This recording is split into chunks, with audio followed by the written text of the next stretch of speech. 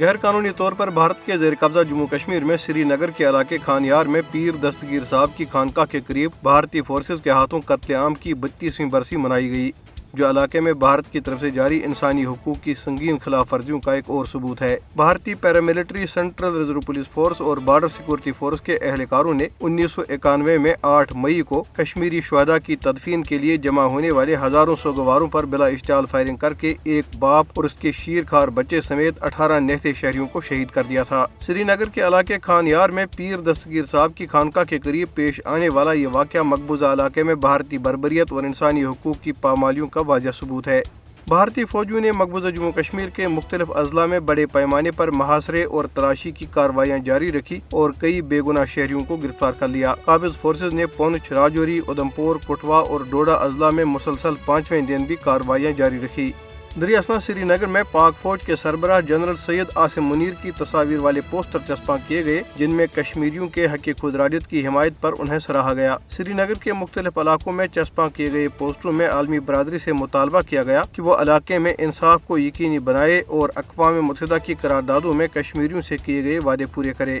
National conference کے صدر فاروق عبداللہ نے بڈگام کے علاقے چاڈورہ میں ایک ریلی سے خطاب کرتے ہوئے مقبوضہ جموں کشمیر کی شناخت اور وقار کے تحفظ کے لیے اپنے عزم کا اعادہ کیا۔ انہوں نے لوگوں کو خبردار کیا کہ وہ نریندر مودی کی زیر قیادت بھارتیہ جنتا پارٹی کی فرقہ پرست قوتوں سے ہوشیار رہیں اور ان کا مقابلہ کرنے کے لیے اتحاد و اتفاق کا مظاہرہ کریں۔ ادھر اپنی تقاریر میں مسلمانوں کو نشانہ بنائے جانے پر بھارتی وزیر اعظم نریندر مودی کے خلاف بھارت کی مختلف ریاستوں میں شدید غم و غصہ پایا جاتا ہے۔ وزیر اعظم مودی انتخابی ضابطہ اخلاق کی خلاف ورزیاں کرتے ہوئے اشتعال انگیز بیانات دیتے رہتے ہیں، جس پر الیکشن کمیشن سے ان کے خلاف کارروائی کا مطالبہ کیا جا رہا ہے۔ بھارت میں بی جے پی کے زیر اقتدار ریاست اتر پردیش میں مسلمان ووٹروں کا کہنا ہے کہ 7 مرحلوں پر مشتمل بھارتی پارلیمانی انتخابات کے تیسرے مرحلے میں پولیس نے انہیں ووٹ ڈالنے سے روکنے کے لیے طاقت کا وحشیانہ استعمال کیا۔ مسلمان ووٹروں نے بتایا کہ پولیس نے ریاست کے سنبل لوک سبھا حلقے میں مسلمانوں کو ووٹ ڈالنے سے روکنے کے لیے لاٹھی چارج کیا۔